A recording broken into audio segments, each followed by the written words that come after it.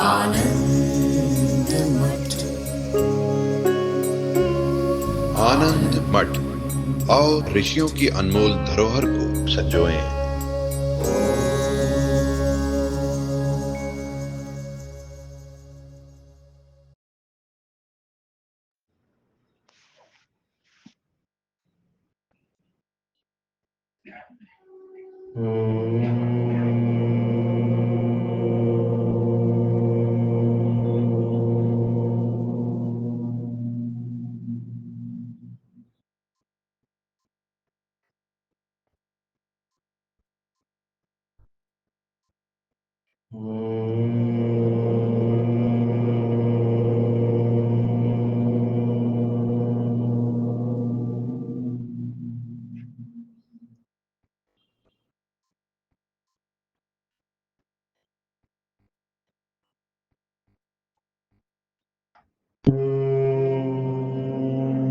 भद्रं कर्णेभिः शृणुयामदेवाः भद्रं पश्येमाक्षभिर्यजत्राः स्थिरैरङ्गैस्तुष्टुवापुंसस्तनूभिः व्यशेमदेवहितं यदायुः स्वस्ति न इन्द्रो वृद्धश्रवाः स्वस्ति न पूषा विश्ववेदाः स्वस्ति नस्तार्क्ष्यो अरिष्टनेमिः स्वस्ति नो बृहस्पतिर्दधातु ॐ शान्ति शान्तिः शान्तिः।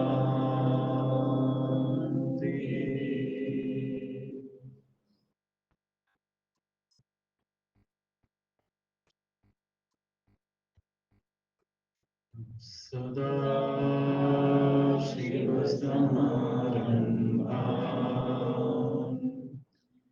शङ्कराचार्यमध्यमाम्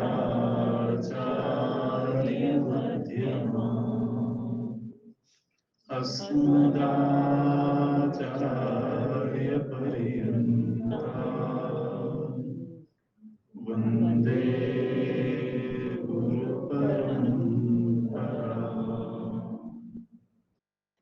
शङ्करं शङ्कराचार्यम् केशवं बादरायणम् सूत्रभाष्यकृतो वन्दे भगवन्तौ पुनः पुनः भगवन्तौ पुनः पुनः।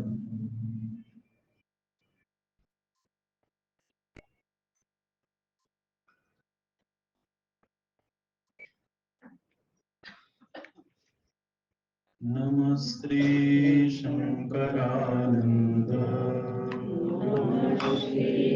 शङ्करानन्द गुरुपादाम्बुजन्मने गुरुपादाम्बुजन्मने सविलास महामोह सविलास महामोह ग्राहग्रासैककर्मणे ग्राहग्रासैककर्मणि तत्पादाम्बुरुहद्वन्द्व तत्पादाम्बरुहद्वन्द्व सेवा निर्मलचेतसा सेवा निर्मलचेतसा सुखबोधाय तत्त्वस्य सुखबोधाय तत्त्वस्य विवेकोऽयं विधीयते विवेकोऽयं विधीयते।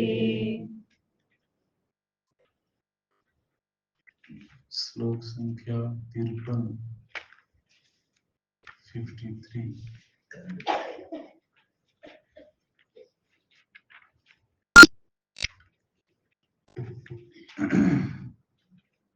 इत्थं वाक्यैस्तदर्थ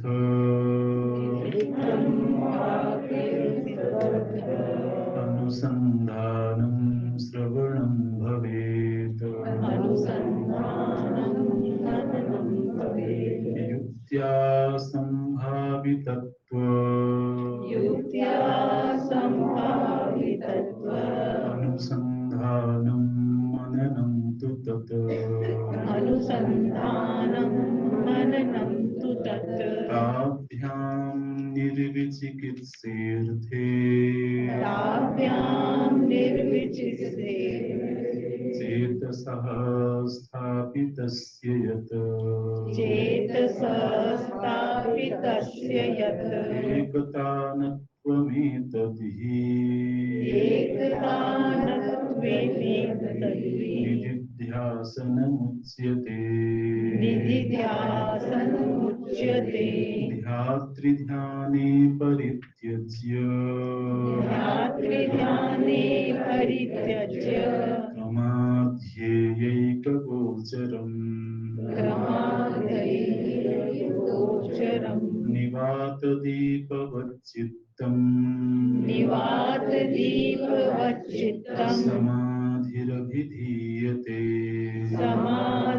समाधिरभिधीयते वृत्तयस्तु तदानीम् वर्तयस्तु तदानीम् अज्ञाता अप्यात्मगोचराः अज्ञाता अप्यात्मगोचराः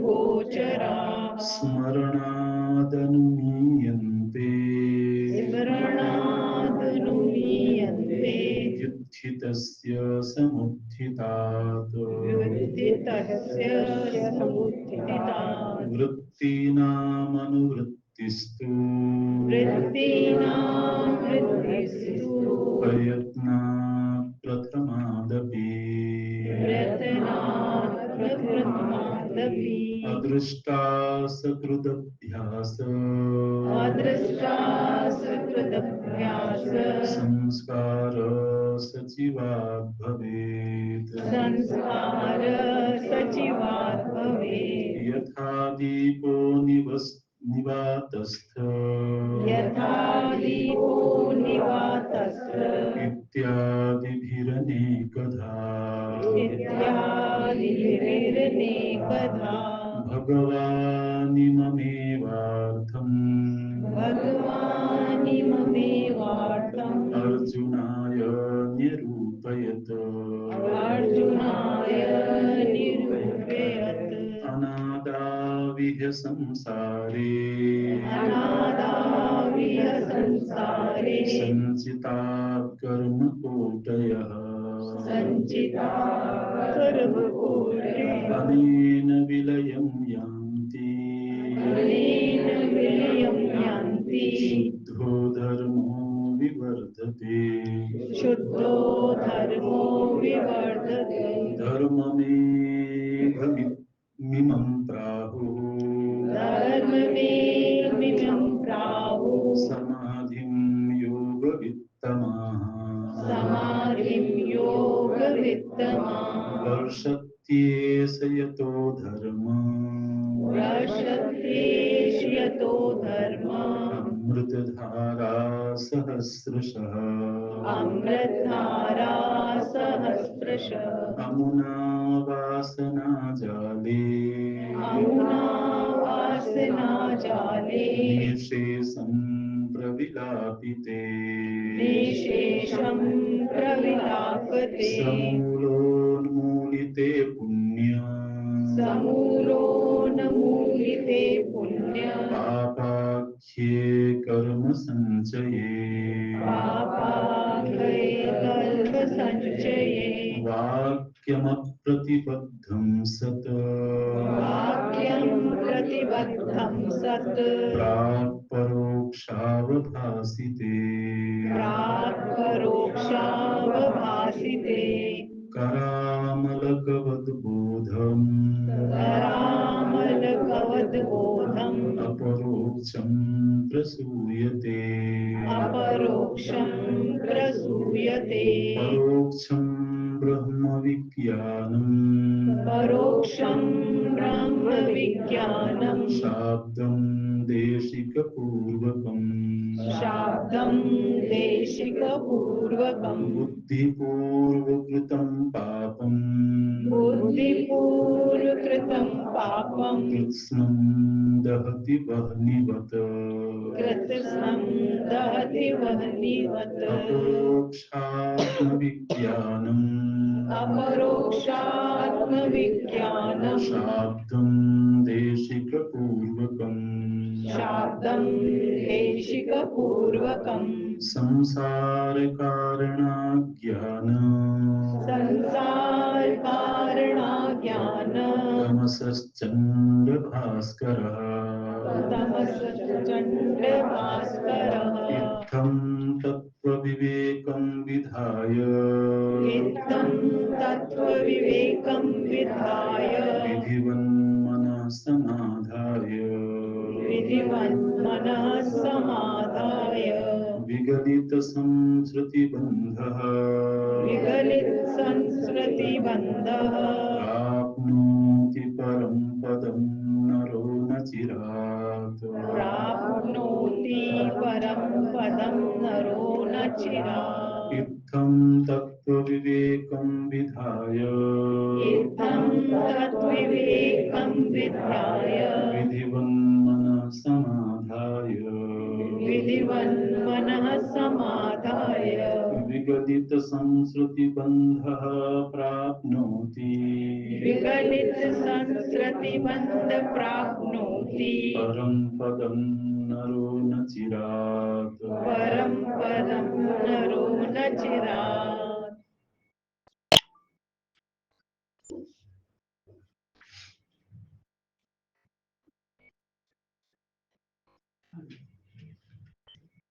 अब तक के अध्ययन में हम लोगों ने सबसे पहले संविद एका न विद्यते इस निश्चय को विवेक से प्राप्त किया। हमारे भीतर जो ज्ञान तत्व है, जो अहम के रूप में हम अनुभव कर रहे हैं, वो एक अखंड वस्तु है। इस निर्णय को ठीक ठीक प्राप्त कर लेना आध्यात्मिक यात्रा की एक बड़ी उपलब्धि है। और वह संबित शरीर त्रय से, अवस्थात्रय से, पंचकोश से पृथक है। इस निर्णय को प्राप्त कर लेना योग साधना का भी यही निश्चय है, सांख्य दर्शन का भी यही निश्चय है, और वेदांत का भी यही निश्चय है। हमारे भीतर जो अहम अहम के रूप में स्फुरित आत्म तत्व है, वह अपने आप में एक वस्तु है।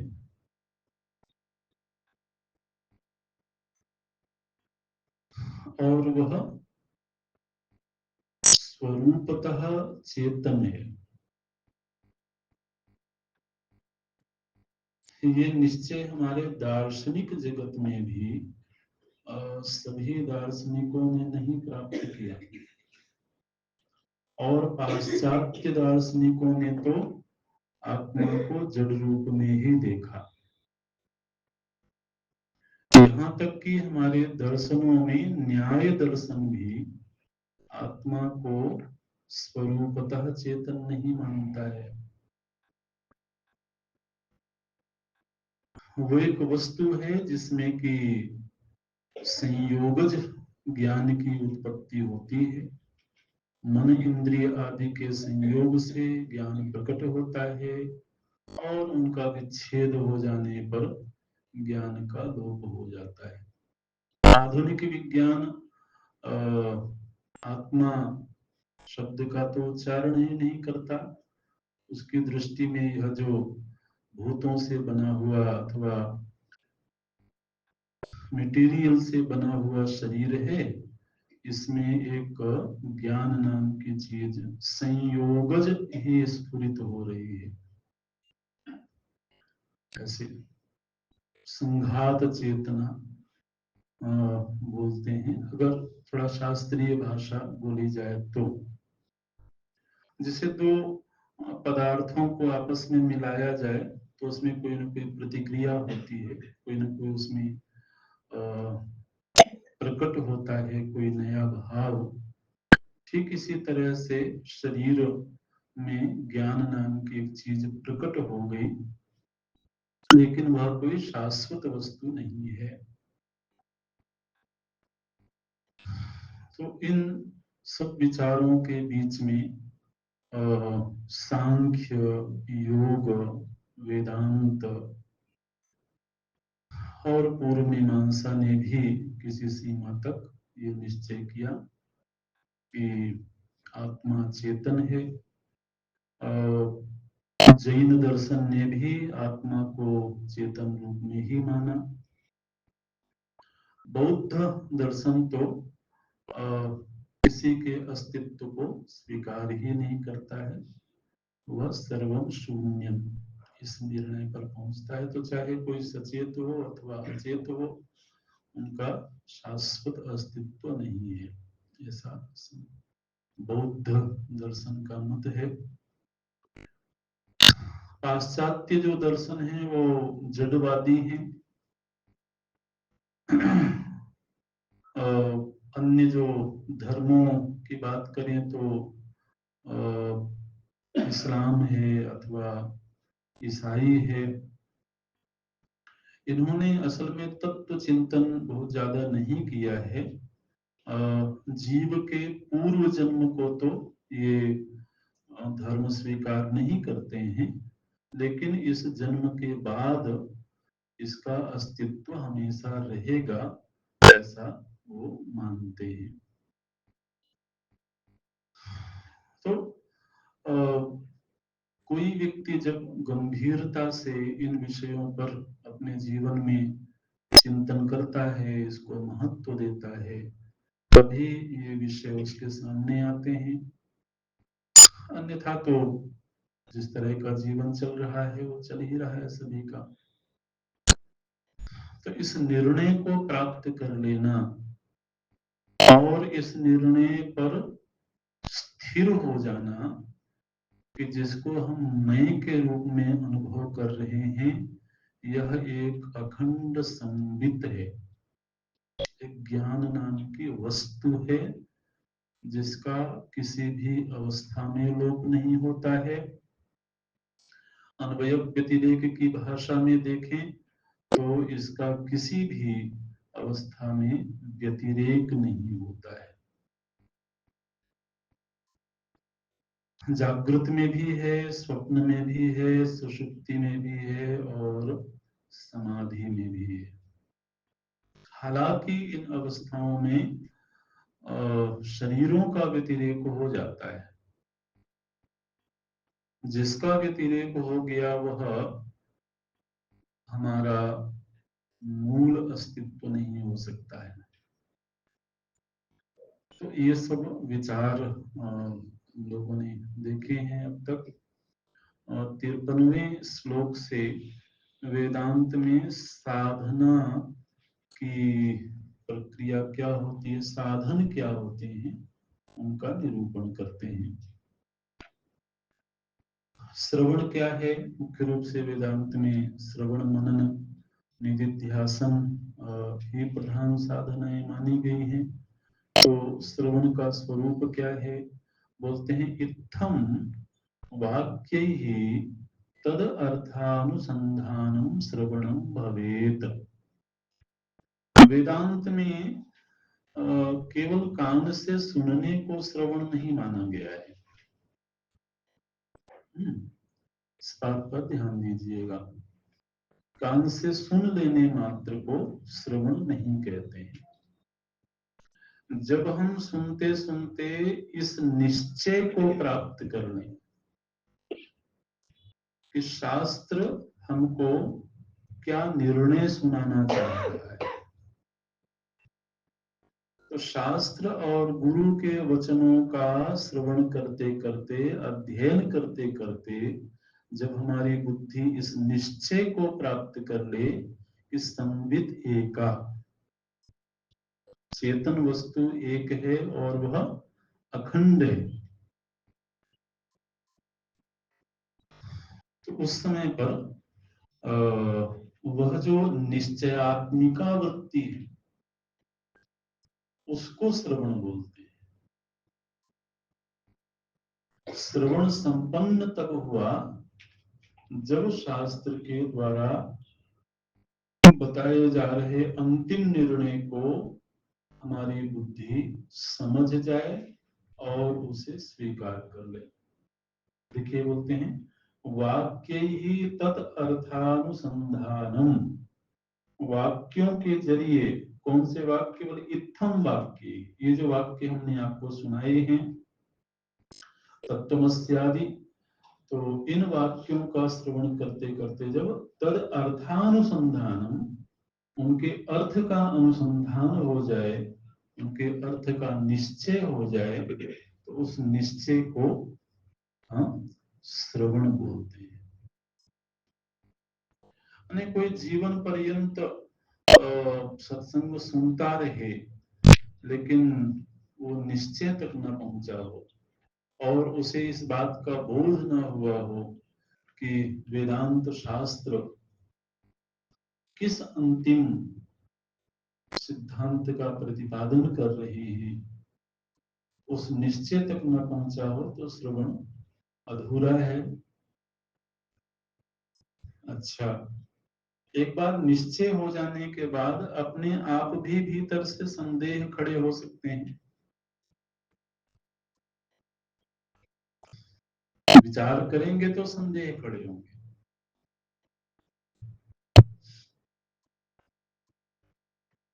आप कह रहे हैं कि संगीत एक ही है, सुषुप्ति में तो हमें नहीं मालूम पड़ता है,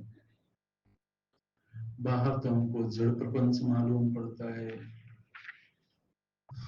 तो प्रश्न आ सकते हैं भीतर और युक्तियों के जरिए, जिस तरह युक्तियों के जरिए आचार्य समझाते हैं उन्हीं युक्ति माने तर्क, तो स्वयं तर्क करके ऐसा हो सकता है, ऐसा नहीं हो सकता है, उन तर्कों का सहारा लेकर के जब हम निश्चयवान हो जाते हैं कि श्रवण से जो निश्चय हुआ है उसमें कोई संशय नहीं हो सकता है। तो बोलते हैं युक्त्या संभावितत्व, युक्ति से भी उसकी संभावना सिद्ध हो गई। केवल श्रवण ही नहीं बल्कि युक्ति तर्क के जरिए भी हम उसकी संभावना को, माने ऐसा ही होना चाहिए अन्यथा नहीं हो सकता, तो उस संशय रहित संभावना को प्राप्त कर लेना बोलते हैं मननम तु तत्। तो मनन हो गया, युक्त्या संभावितत्व अनुसंधानम मननम तु तत्। अच्छा, फिर निधिध्यासन क्या है? तो बोलते हैं ताभ्याम निर्विचिकित्से अर्थे, ताभ्याम मतलब श्रवण और मनन के जरिए जिस अर्थ का संशय रहित बोध हुआ, निर्विचिकित्से, अब उसमें कोई विचिकित्सा नहीं है। विचिकित्सा मतलब अब उसमें कोई संशय नहीं है, जितने संशय संभावित थे वो हमने खड़े करके देख लिए, तो अब वो निर्विचिकित्स हो गया, संशय रहित हो गया। लेकिन संशय रहित हो जाने के बाद भी वो हमारे अनुभव में नहीं घटित हुआ। बौद्धिक रूप से तो अब संशय कहीं नहीं है। श्रवण करते करते शास्त्रों के निश्चय को हमने प्राप्त कर लिया, लेकिन अभी अनुभव में वह नहीं घट रहा है। तो जिस तत्व का निश्चय हुआ बौद्धिक रूप से, उसमें चित्त को पुनः पुनः स्थापित करना, क्योंकि चित्त का स्वभाव है कि वह बार बार शरीर से तादात्म्य करके बैठ जाता है, इंद्रियों से, मन से तादात्म्य करके बैठ जाता है। तो इसलिए व्यवहार काल में तो निधिध्यासन करना कठिन होता है, तो हमें निधिध्यासन के लिए अलग से समय तय करना होता है, जिस समय पर कि हम केवल और केवल अपने चित्त को उसी निर्णीत तत्व में ही समाहित करके रखें। तो बोलते हैं ताभ्याम निर्विचिकित्से चेतसा स्थापितस्य यत्। श्रवण और मनन से निर्विचिकित्सित अर्थ मन निश्चय, निर्णय, उस निर्विचिकित्सित अर्थ में चित्त को स्थापित करना और फिर दीर्घ काल तक आत्मा में ही चित्त को समाहित रखना, बोलते हैं एक तानत्वम, एक तानता, मतलब अब उसी में केवल चित्त रम रहा है और अन्य विषय में नहीं जा रहा है। तो एक तानत्वम एतदिहि निदिध्यासनम उच्यते, इसको निदिध्यासन बोलते हैं। अब यह जो निदिध्यासन है, यह धीरे धीरे करके किसी को समाधि में भी ले जा सकता है। हालांकि वेदांत में समाधि की उतनी अनिवार्यता नहीं है, लेकिन समाधि का अभ्यास जरूर होना चाहिए।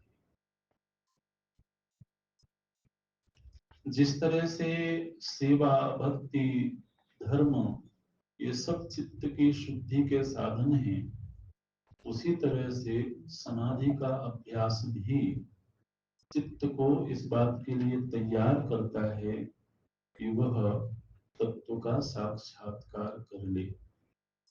इसलिए यहाँ पर आचार्य समाधि की बड़ी महिमा गाते हैं। देखिए कैसे बोलते हैं, ध्यात्री ध्याने परित्यज्य प्रमाद ही एक गोचरम ध्येयैक गोचरम, प्रमाद ध्येयैक गोचरम, ये शब्द है। तो ध्यात्री और ध्यान का परित्याग करके, ध्यात्री माने ध्यान करने वाला मैं हूं, और ध्येय माने मैं किसी का ध्यान कर रहा हूं। धीरे धीरे करके ये दोनों स्मृतियां भी छूट जाएं। ध्यात्री ध्याने परित्यज्य, लेकिन ध्येय नहीं छूटेगा। क्या क्या छूटेगा?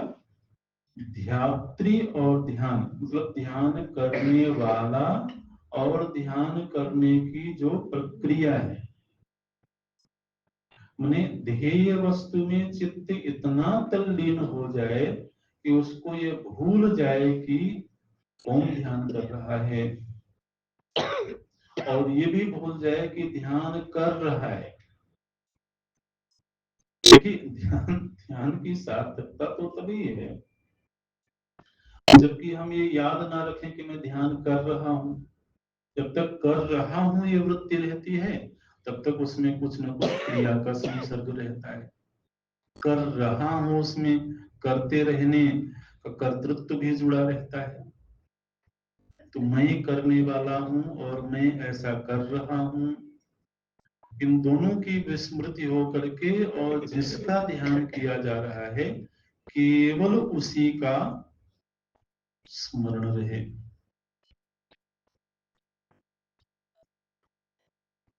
सामान्य तौर पर एकाग्रता का भी अभ्यास जब हम करते हों, तो उस समय हमको स्वयं से ही ये प्रश्न करना चाहिए कि जब मैं ध्यान कर रहा हूं तो क्या मुझे इस बात की स्मृति है कि मैं कहाँ बैठा हुआ हूँ?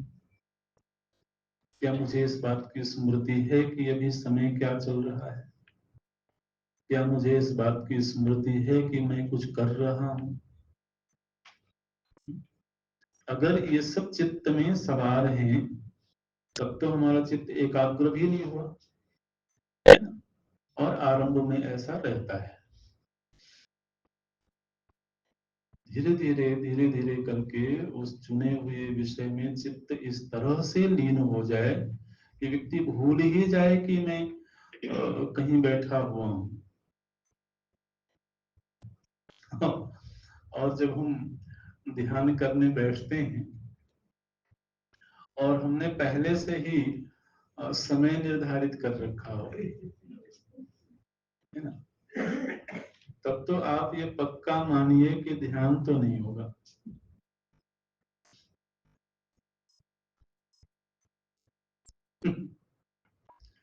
क्योंकि ये मनोविज्ञान ऐसा है कि जैसे ही हमने मन को कोई समय दिया,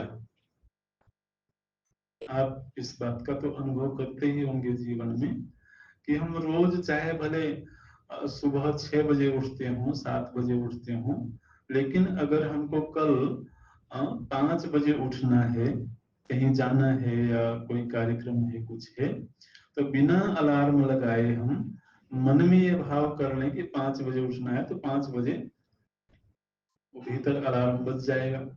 इसका मतलब है कि भीतर कहीं मन उसमें इंगेज हो जाता है, उस समय के साथ में उसका एक तादात्म्य हो जाता है। ध्यान में अगर ऐसा करेंगे तो कभी भी वो पूरी तरह से लीन नहीं होगा। इसलिए ध्यान उसी के जीवन में सफल हो सकता है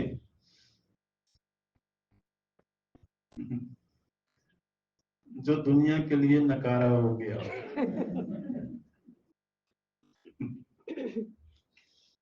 सच बात बोल रहे हैं। नहीं, अगर उसके जीवन में ऐसा हो कि मैं ध्यान में बैठूंगा और हो सकता है कि मैं ध्यान में ही बैठा रह जाऊं, है ना, इतना स्वातंत्र मन में हो गए, उठ करके फिर दुकान जाना है कि ऑफिस जाना है कि भोजन बनाना है कि जो भी चीजें हैं, अगर उन संकल्पों को चित्त में लेकर के हम ध्यान में बैठेंगे तो ध्यान में कभी भी गहराई नहीं आएगी। उसमें जो एकदम गहराई में चले जाने की स्थिति है वो तभी होगी जब निसंकल्प होकर के, न कर्म संबंधी संकल्प हो, न समय संबंधी संकल्प हो कि 1 घंटे करना है कि आधे घंटे करना है। अगर ध्यान लग गया तो पूरा दिन भी गुजर जाएगा तो कोई परेशानी नहीं। ध्यान से कभी उठेंगे ही नहीं तब भी कोई परेशानी नहीं है। ऐसा निसंकल्प भाव लेकर के जब हम भीतर जाएंगे तब उसमें कुछ गहन स्थिति प्राप्त हो सकती है। तो क्या बोलते हैं, ध्यात्री ध्याने परित्यज्य, ध्यान करने वाला और ध्यान करने की क्रिया हो रही है, इस बात को छोड़ करके, परित्यज्य विस्मृत करके, क्रमात् ध्येयैक गोचरम, चित्तवृत्ति केवल ध्येयाकार हो गई, अपने लक्ष्य में ही समाहित हो गई। कैसे? निवात दीपवत चित्तम। निवात आप जानते हैं, कोई ऐसी जगह हो जहां पर कि दीपक जल रहा हो और वहां वायु का प्रवाह बिल्कुल भी ना हो रहा हो, तो जैसे दीपक की लौ स्थिर हो जाती है, उसका चांचल्य समाप्त हो जाता है, तो उस स्थिति को निवात बोलते हैं। इसी तरह से चित्त जब आत्मा से एकाकार होकर के और एक लंबे समय के लिए उसी में स्थिर हो गया,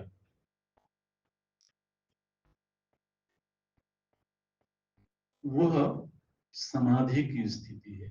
उसको बोलते हैं निवात दीपवच्चित्तम समाधि अभिधीयते। इसको समाधि कहा जाता है। तो तो 4 साधनाओं की बात हो गई, श्रवण, मनन, निधिध्यासन, समाधि। निधिध्यासन से समाधि को थोड़ा आगे ले गए हैं। वृत्तयस्तु तदानीं अज्ञाता अपि आत्मगोचराः स्मरणाद अनुमीयन्ते विच्छितस्य समुत्थिता। जिस समय पर हम समाधि में होंगे, हो सकता है उस समय पर हमको ये भी ध्यान न रहे कि आत्मा में मेरी समाधि लगी है ना। जैसे सुषुप्ति काल में हमको इस बात का ध्यान नहीं रहता है कि हमारी वृत्ति अभावाकार हो गई है, हमारे चित्त का विषय अभाव हो गया है।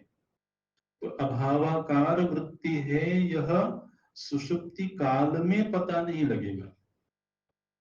सुषुप्ति के बाद जब हम उठते हैं तब हम ये कहते हैं कि इतने घंटे तक मेरे चित्त में कोई भाव नहीं था, कोई स्मृति नहीं थी। इसी तरह से समाधि में गया हुआ जो साधक है, उसको समाधि काल में हो सकता है ये ध्यान न आवे कि इस समय मेरा चित्त आत्माकार हो चुका है। तो बोलते हैं वृत्तयस्तु तदानीं, वृत्तियां उस समय पर आत्मा में लीन हो गई हैं, इस बात की भी स्मृति नहीं रहेगी। अपि आत्मगोचरा, लेकिन फिर भी वो आत्मा में ही लीन है, ऐसा जानना चाहिए। जब वो समाधि से उठेगा तब उसको ये स्मरण आएगा कि इस इतनी देर तक में आत्मा में लीन था। जैसे स्मरणाद अनुमीयन्ते व्युत्थितस्य समुत्थिता। व्युत्थितस्य, जो समाधि से उठा है, तो समाधि से उठा हुआ व्यक्ति ये स्मरण करता है कि मैं इतनी देर तक आत्मा में लीन था। जिस तरह सुसुप्ति से उठा हुआ व्यक्ति कहता है कि इतनी देर तक मैं सोता रहा, अज्ञान की दशा में चला गया था, न किंचित अवेदिशम, कुछ भी नहीं जानता था। इसी तरह से समाधि से उठा हुआ व्यक्ति ये कहेगा कि इतने समय तक मैं आत्मा में लीन था। ऐसे तो स्मरणात अनुमीयन्ते, स्मरण से उसको अनुमान होता है कि इतने समय तक कहाँ थे तुम। तो बोलेगा मैं आत्मा से एक रूप हो गया, आत्मा में लीन हो गया था। और यह जो स्थिति है आत्मा में लीन होने की स्थिति है, यह तो आरंभ में भी प्राप्त हो सकती है। थोड़ा थोड़ा सा भी अगर अभ्यास हो गए तो स्थिति प्राप्त हो सकती है। बोलते हैं वृत्ति नाम अनुवृत्तिस्तु, वृत्तियों का बार बार जब अनुवर्तन किया जाएगा, पुनः पुनः उसका अभ्यास किया जाएगा, तो प्रयत्नात् प्रथमाद अपि, प्रयत्न करते करते आरंभ में भी उसको यह स्थिति प्राप्त हो सकती है। और जिसको समाधि की स्थिति प्राप्त हो गई, उससे बहुत बड़ा लाभ ये होता है कि पूर्व के कई जन्मों के जो संस्कार हैं, वो संस्कार नष्ट होते चले जाते हैं। बोलते हैं अदृष्ट असकृत अभ्यास संस्कार, बार बार के अभ्यास किए हुए संस्कार, और अदृष्ट संस्कार, अदृष्ट मतलब जिन संस्कारों को हम नहीं जानते हैं, और असकृत मतलब बार बार के अभ्यास के जो संस्कार हैं, वो उनका क्या होता है। बोले अदृष्ट असकृत अभ्यास संस्कार सचिवात भवेत। तो वो जो संस्कार हैं उनका लय हो जाता है। माने वो इतना पीछे चले जाते हैं, इतना पीछे चले जाते हैं कि वो फिर उत्थित होने की स्थिति में वो नहीं रह जाते हैं। ऐसे इसके लिए गीता जी में भी प्रभु जी ने इस तरह के दृष्टांत दिए हैं। समाधि की चर्चा उन्होंने करी है। यथा दीपो निवातस्थः इत्यादिभिः अनेकधा भगवान इमम एव अर्थम अर्जुनाय निरूपयत। प्रभु जी ने इसी अर्थ का निरूपण यथा दीपो निवातस्थो नेंगते सोपमा स्मृता इत्यादि श्लोकों के जरिए, मंत्रों के जरिए इसी अर्थ का उपदेश प्रभु जी ने अर्जुन को किया है। अनादौ इह संसारे संचिताः कर्मकोटयः अनेन विलयं यान्ति शुद्धो धर्मो विवर्धते। इस समाधि के अभ्यास से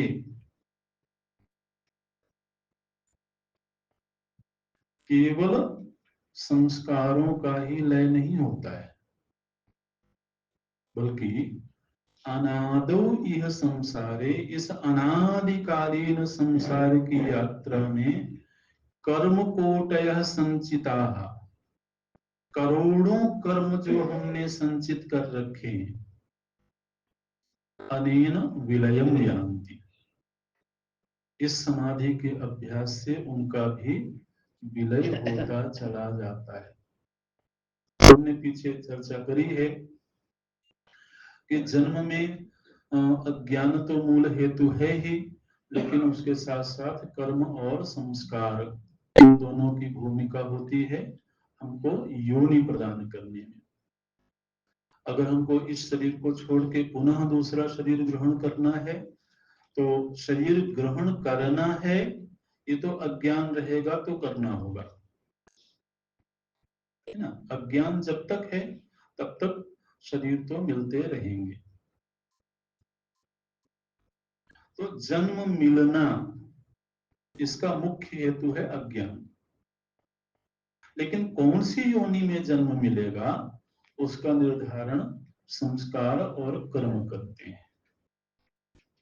ऐसे तो बोलते हैं इस समाधि के अभ्यास से अनादिकाल से जो संचित कर्म हैं, उन कर्मों का भी लय होता चला जाता है। अनेन विलयम यान्ति, उनका भी लय होने लगता है और फिर उस समाधिशील पुरुष के भीतर एक नवीन धर्म का उदय होता है।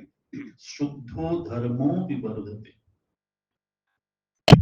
उसके भीतर एक नए तरह के गुण, एक नए तरह के स्वभाव का निर्माण होता है, उसको शुद्ध धर्म बोलते हैं।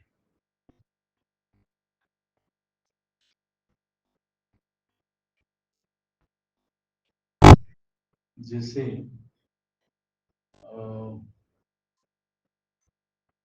किसी किसी दिन जब हम सो करके उठते हैं तो एकदम से जागृति होगी,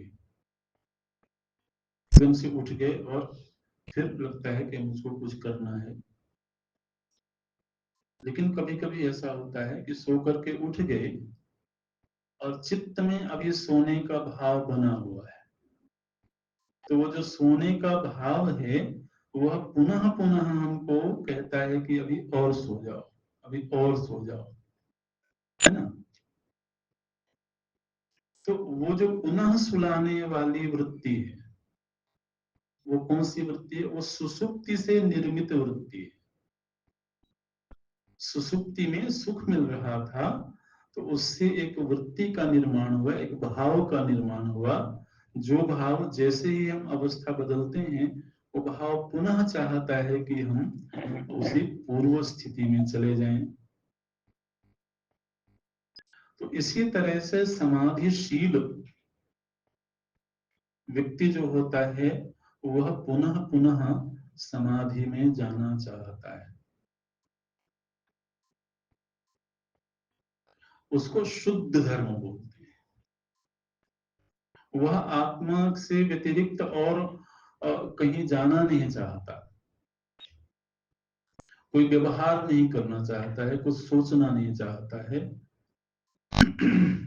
वह चेतनाकार ही हो जाना चाहता है, संवित रूप ही हो जाना चाहता है। तो वो जो समाधि के गहरे संस्कार जब बन गए तो उससे जिस स्वभाव का निर्माण हुआ उसको बोलते हैं शुद्ध धर्म है।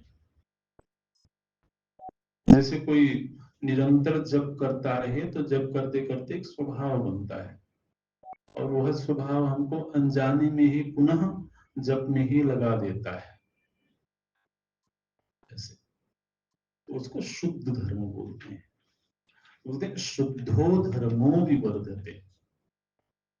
और जब इस शुद्ध धर्म का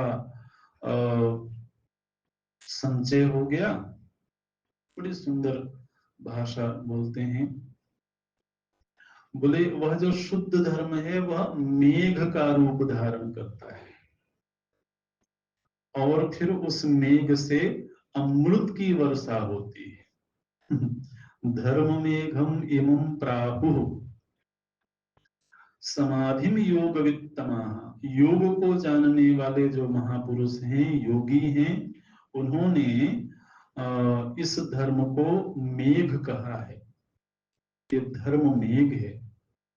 और फिर यह धर्म मेघ जब आनंद की वृष्टि करता है, अंतर्मुखता की वृष्टि करता है, तो वह बड़ा ही आनंददायी होता है। बोले वर्षति यतो एष धर्मम अमृत धारा सहस्रशः। मानो कि अब उसके भीतर इतने ध्यान के संस्कार गहरे हो गए, आत्मचिंतन के संस्कार गहरे हो गए कि उसको अन्य का चिंतन करने में परेशानी होती है। जड़ के विषय में सोचने में भी परेशानी होती है। उसके भीतर से प्रकट होने वाली हर वृत्ति उसको कहती है कि तुम अब केवल आत्मचिंतन करो, केवल समाधि में रहो। वृत्ति का प्रवाह भी एक तरह की धारा है, एक वृष्टि है। तो समाधि के गहरे संस्कार मेघ का रूप धारण करके और फिर आत्माकार बूंदों की ही वृष्टि करते हैं। और वह जो आत्माकार वृत्ति है वह अमृत तुल्य।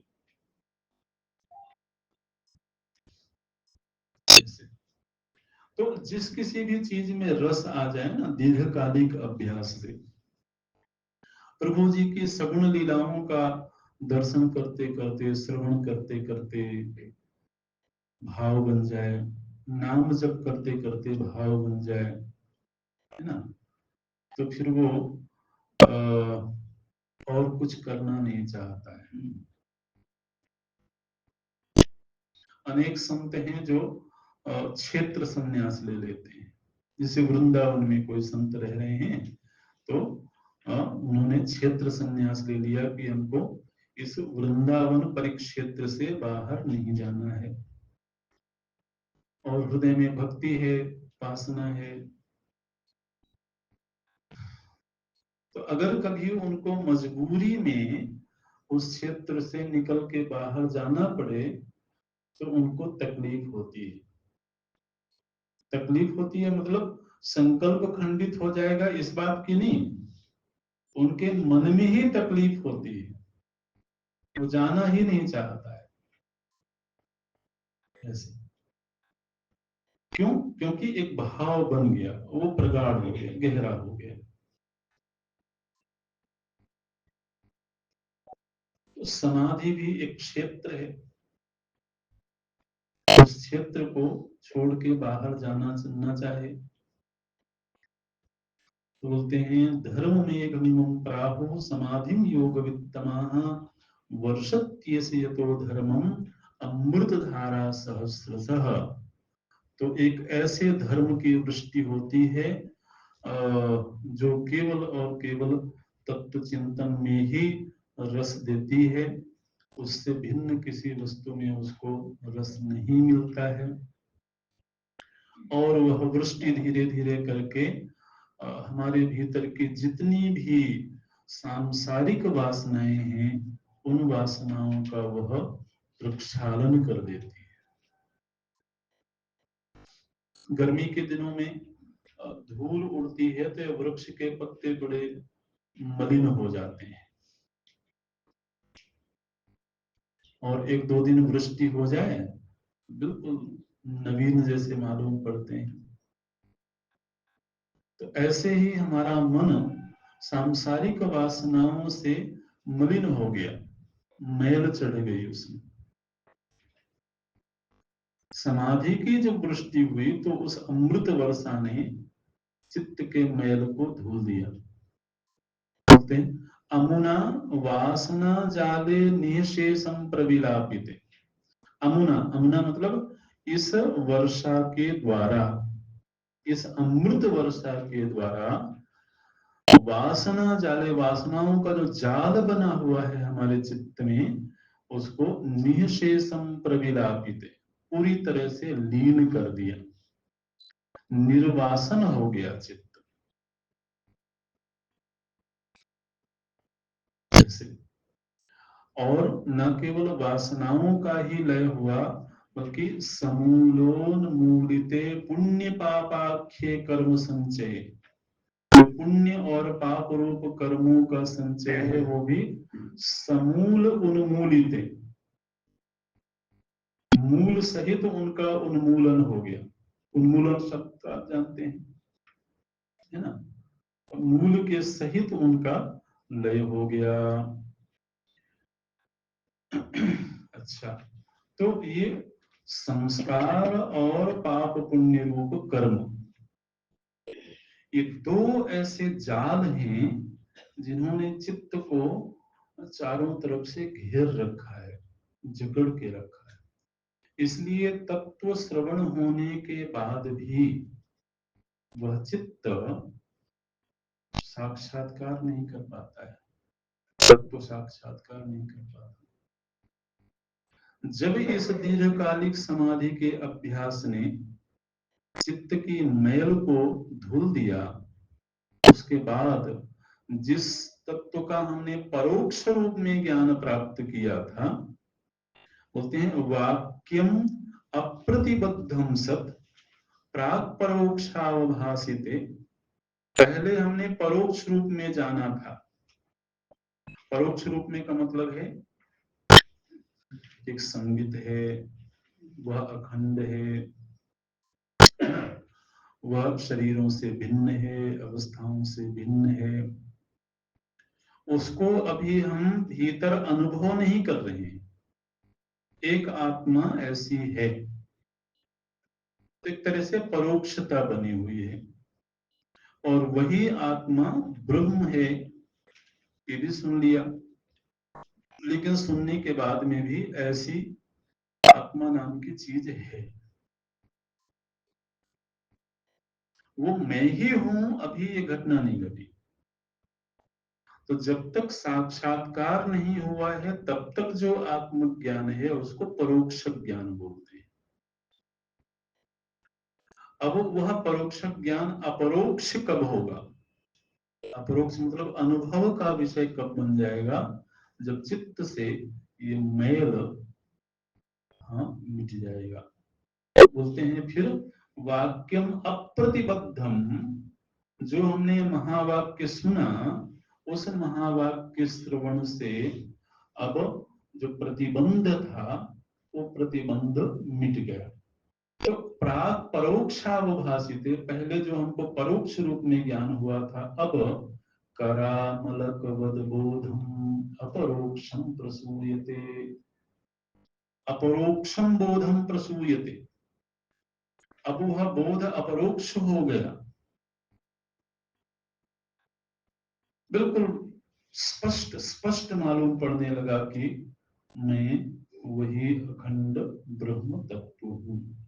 दृष्टांत देते हैं करामलकवत, जैसे हाथ में हमने एक आंवला रखा हो, अपने हाथ में एक आंवला लेकर के रख लिया, तो हम उसके चारों हिस्सों को देख पाते हैं, पूरी तरह से देख पाते हैं, तो उसको देखने में कोई भी प्रतिबंध नहीं है। इसी तरह से करामलक, कर आमलक, कर का अर्थ है हाथ, आमलक मतलब आंवला। तो हाथ में रखे हुए आंवले की भांति हम आत्म वस्तु का अपरोक्ष साक्षात्कार कर लेते हैं। परोक्ष विज्ञान हुआ था हमको पहले सद्गुरु के उपदेश से। परोक्षम ब्रह्म विज्ञानम शाब्दम देशिक पूर्वकम। ब्रह्मनिष्ठ गुरु का एक नाम देशिक भी होता है। देशिक, ये देशिक जो है ये गुरु का ही एक नाम है, एक विशेषण है। तो देशिक पूर्वकम शाब्दम, देशिक मतलब आचार्य के द्वारा दिए गए शब्द, माने वो जो वाक्य हमको प्राप्त हुआ है, उससे पहले तो परोक्षम ब्रह्म विज्ञान, परोक्ष रूप में ब्रह्म विज्ञान हुआ था। उस परोक्ष रूप में हुए ब्रह्म विज्ञान ने हमको समाधि के लायक बनाया। उस समाधि में जाकर के समाधि के संस्कार गहरे हुए, और फिर उन संस्कारों ने बुद्धि पूर्व कृतम पापम, बुद्धि के द्वारा पहले के किए हुए जो पाप थे, उन सभी पापों को कृत्स्नम दहति वहनिवत, अग्नि की तरह से उन पापों को भस्म कर दिया, नष्ट कर दिया। और फिर उसी गुरु के मुख से सुनने के बाद वही ब्रह्म वाक्य हमारे भीतर अपरोक्ष ज्ञान को पैदा करता है। अपरोक्षात्म विज्ञानम शाब्दम देशिक पूर्वकम संस्कार कारण ज्ञान तमसश्चंड भास्कर। तो देखिए यहाँ पर दो अलग अलग स्तर रखते हैं आचार्य। परोक्ष ज्ञान ने कर्म संचय को नष्ट किया, ये बोलते हैं।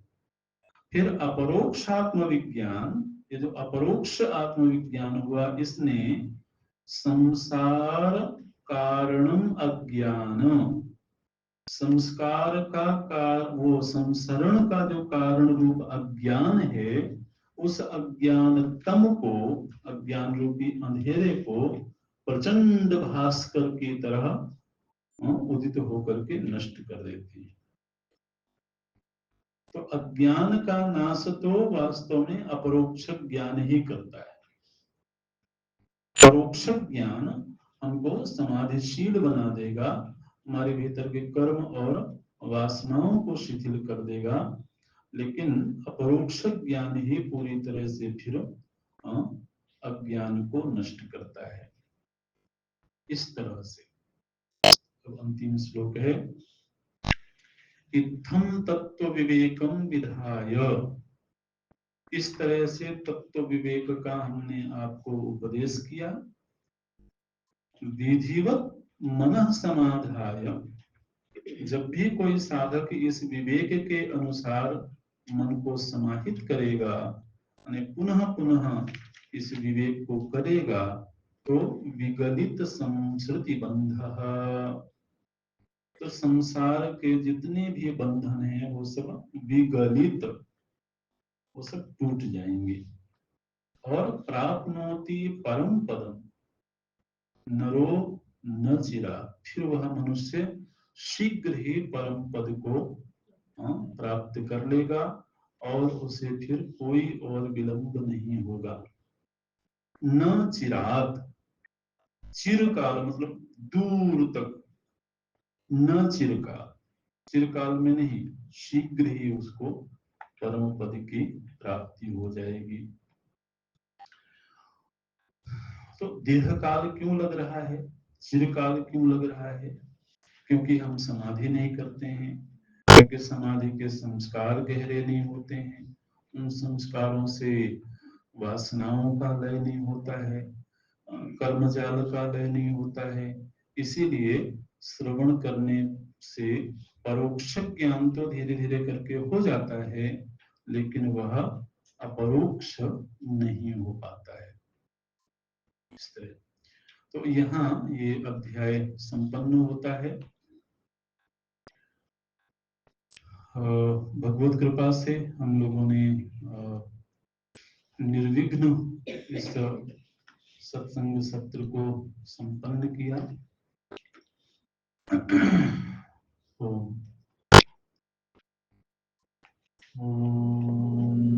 पूर्णमदः पूर्णमिदं पूर्णात् पूर्णमुदच्यते पूर्णस्य पूर्णमादाय पूर्णमेवावशिष्यते। ओम शांति शांति शांति। हरि ओम। श्री गुरुभ्यो नमः। हरि ओम।